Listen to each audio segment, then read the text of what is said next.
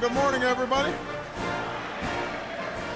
It is good to be here, and I want to thank Jack Jacobs and all the folks at Safeway for having us here today at this busy distribution center where delivery trucks get everything from Doritos to diapers where they need to go. By the way, I have a little soft spot for Safeway in my heart because some of you know I went to high school in Hawaii, and I was living with my grandparents, and our main grocery store was Safeway. It was right down the way. And so my grandmother would send me out to go shop in Safeway, and everybody there always treated me very well. So I very much appreciate the good work you guys do. And I want to thank all the workers and business people and labor leaders and environmental leaders who are here today as we take another big step to grow our economy and reduce America's dependence on foreign oil. Now, in my State of the Union address, I said that this would be a year of action, and I meant it. So over the past 3 weeks, I've acted to require federal contractors to pay their employees a fair wage of at least $10.10 an hour, because we believe in a higher minimum wage. I've ordered an across-the-board reform of job training programs so we can train workers with the skills that employers actually need and match them to the good jobs that are out there right now needing to be filled. I directed the Treasury Secretary to create something we're calling MyRA. It's a new way to help working Americans start saving for retirement. And we brought together business leaders who've committed to helping more unemployed Americans find work no matter how long they've been looking. So the point is, I'm eager to work with Congress wherever I can, but whenever I can act on my own to expand opportunity for more Americans and help build our middle class, I'm going to do that. And all of you, I think, understand that although the economy's been doing better, we've spent the past 5 years fighting our way back from the worst recessions of our lifetimes. Now the economy's growing. Our businesses have created over 8.5 million new jobs over the past 4 years. The unemployment rate's actually the lowest it's been in over 5 years. But the trends, the long-term trends that have hurt middle-class families for decades have continued. Folks at the top doing better than ever before. Average wages and incomes have barely budged. Too many Americans are working harder than ever just to keep up. So our job is to not only get the economy growing, but also to reverse these trends and make sure that everybody can succeed. We've got to build an economy that works for everybody, not just the fortunate few. Opportunity for all. That's the essence of America. No matter who you are, no matter where you come from, no matter how you start out, if you're willing to work hard and take responsibility, you can succeed. So I've laid out an opportunity agenda to help us do that. Part one is create more new jobs that pay good wages. Jobs in manufacturing, energy, exports, innovation. Part two, we got to train folks with the skills they need to fill those jobs. Part three, we got to guarantee every child access to a world-class education. Part four is making sure that the economy rewards hard work with equal pay for equal work and wages you can live on, savings you can retire on, health insurance that you can count on that's there when you need it. Now, there are very few factors that are helping grow our economy more, bringing more good jobs back to America, than our commitment to American manufacturing and American energy. And that's why we're here today. 5 years ago, we set out to break our dependence on foreign oil. And today, America is closer to energy independence than we've been in decades. For the first time in nearly 20 years, America produces more oil here at home than we buy from other countries. Our levels of dangerous carbon pollution that contributes to climate change has actually gone down even as our production has gone up.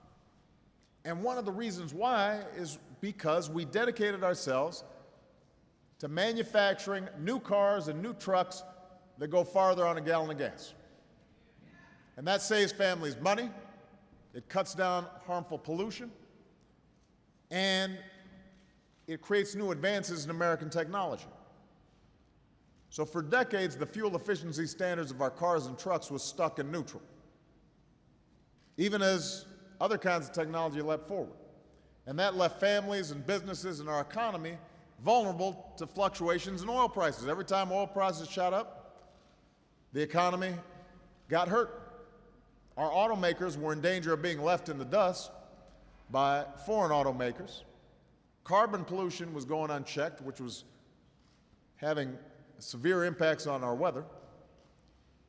And that's why after taking office, my administration worked with automakers, auto workers, environmental advocates, and states across the country, and we set in motion the first ever national policy aimed at both increasing gas mileage and decreasing greenhouse gas pollution for all new cars and trucks sold in the United States. And as our automakers retooled and prepared to start making the world's best cars again, we aimed to raise fuel economy standards to 35.5 miles per gallon for a new vehicle by 2016. Yeah, wow. That was an increase of more than 8 miles per gallon over what cars had averaged at the time. And what we were clear about was, if you set a rule, if you set a clear goal, we would give our companies the certainty that they needed to innovate and outbuild the rest of the world. They could figure it out if they had a goal that they were trying to reach. And thanks to their ingenuity and hard work, we're going to meet that goal. 2 years later, we've already seen enormous progress. And we're building on that progress by setting an even more ambitious target.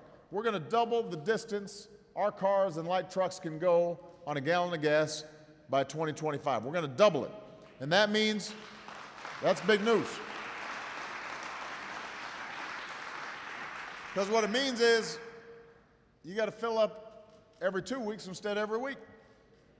And that saves the typical family more than $8,000 at the pump over time. I'm assuming you can use $8,000 that you're not paying at the gas station. And in the process, it cuts American oil consumption by 12 billion barrels. So we let the automakers decide how they were going to do it. We set the goal, and we said, go figure it out.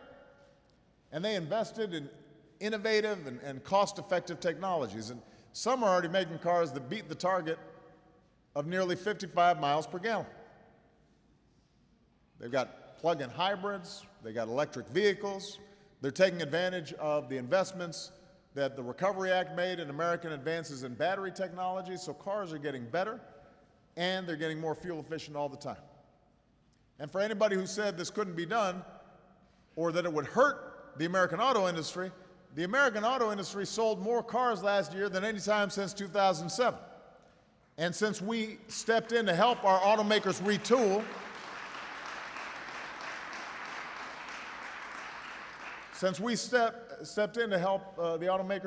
the American auto industry has created almost 425,000 new jobs.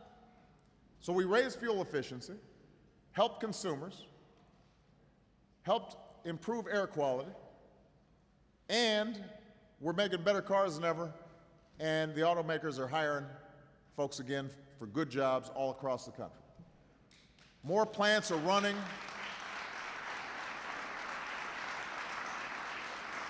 More plants are running at full capacity. Some are even running 3 shifts, 24 hours a day, churning out some of the most high-tech, fuel-efficient, high-performance cars in the world. And that's a story of American ingenuity, American grit, and everybody has a right to be proud of it. But today, we're taking the next step. Heavy-duty trucks account for just 4% of all the vehicles on the highway. I know when you're driving sometimes it feels like it's more, but they're only 4% of all the vehicles. But they're responsible for about 20% of carbon pollution in the transportation sector. So trucks like these are responsible for about 20% of our on-road fuel consumption. And because they haul about 70% of all domestic freight, 70% of the stuff we use everything from flat screen TVs to diapers to produce to you name it. Every mile that we gain in fuel efficiency is worth thousands of dollars of savings every year. So that's why we're investing in research to get more fuel economy gains. And thanks to a partnership between industry and my administration, the truck behind me was able to achieve a 75% improvement in fuel economy over the last year. 75%. That's why I call this super truck. It's impressive. This one right here as well. I mean, these are, first of all, they're really big. But you can see how they've redesigned the truck in order for us to save fuel economy. And improving gas mileage for these trucks are going to drive down our oil imports even further. That reduces carbon pollution even more, cuts down on businesses' fuel costs, which should pay off in lower prices for consumers. So it's not just a win-win, it's a win-win-win. You got three wins. In 2011, we set new standards for medium and heavy-duty trucks to take effect this year and last until 2018. 3 weeks ago, in my State of the Union address, I said we'd build on that success. Today, I'm directing the Secretary of Transportation, Anthony Foxx, who's right there, former mayor of Charlotte, and Gina McCarthy, the administrator of the EPA, two outstanding public servants. Their charge, their goal is to develop fuel economy standards for heavy-duty trucks that will take us well into the next decade, just like our cars. And they're going to partner with manufacturers and auto workers and states and other stakeholders, truckers, to come up with a proposal by March of next year, and they'll complete the rule a year after that. And businesses that buy these types of trucks have sent a clear message to the nearly 30,000 workers who build them. We want trucks that use less oil, save more money, cut pollution. So far, 23 companies have joined our National Clean Fleets Partnership to reduce their oil consumption or replace their old fleets of trucks with more fuel-efficient models. And collectively, they operate about 1 million commercial vehicles nationwide. So there's a lot of companies, and some of them are competitors.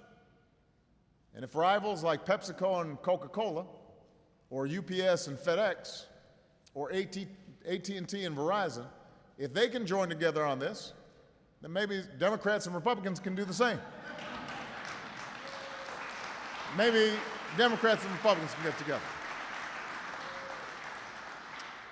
So when you see these companies' new electric or natural gas-powered delivery or garbage trucks, it's due to this partnership. And the reason we're here is because Safeway was an early leader on this issue. By improving the aerodynamics of its trucks, investing in larger trailers, more efficient tires, Safeway's improved its own fuel efficiency, and the results are so solid that Safeway now encourages all the companies it hires to ship its products to do the same. So to help our businesses and manufacturers meet this new goal, we're offering new tax credits, both for companies that manufacture heavy-duty alternative fuel vehicles and those that build fuel infrastructure so that trucks running on biodiesel or natural gas or hybrid electric technology, they'll have more places to fill up. Let me say this, the goal we're setting is ambitious. But these are areas where ambition has worked out really well for us so far. Don't make small plans, make big plans. And anybody who had dire predictions for the auto industry said we couldn't do it, manufacturers couldn't bring jobs back to America. Every time they say that, they're proven wrong. Every time somebody says you can't grow the economy while bringing down pollution, it's turned out they've been wrong. Anybody who says we can't compete when it comes to clean energy technologies like solar and wind, they've had to eat those words. You can't bet against American workers or American industry You can't bet against America, otherwise you're going to lose money every time, because we know how to do this when we set broad, ambitious goals for ourselves.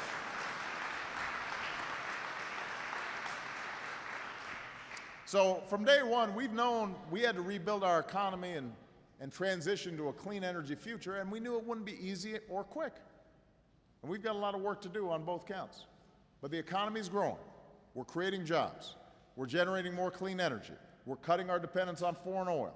We're pumping out less dangerous carbon pollution. If we keep going down this road, then we're going to have a future full of good-paying jobs. We've got assembly lines that are humming with the components of a clean energy age. We got more of the best trucks and cars in the world designed and engineered and made in America. If we keep on going, we're going to leave a better future for our children.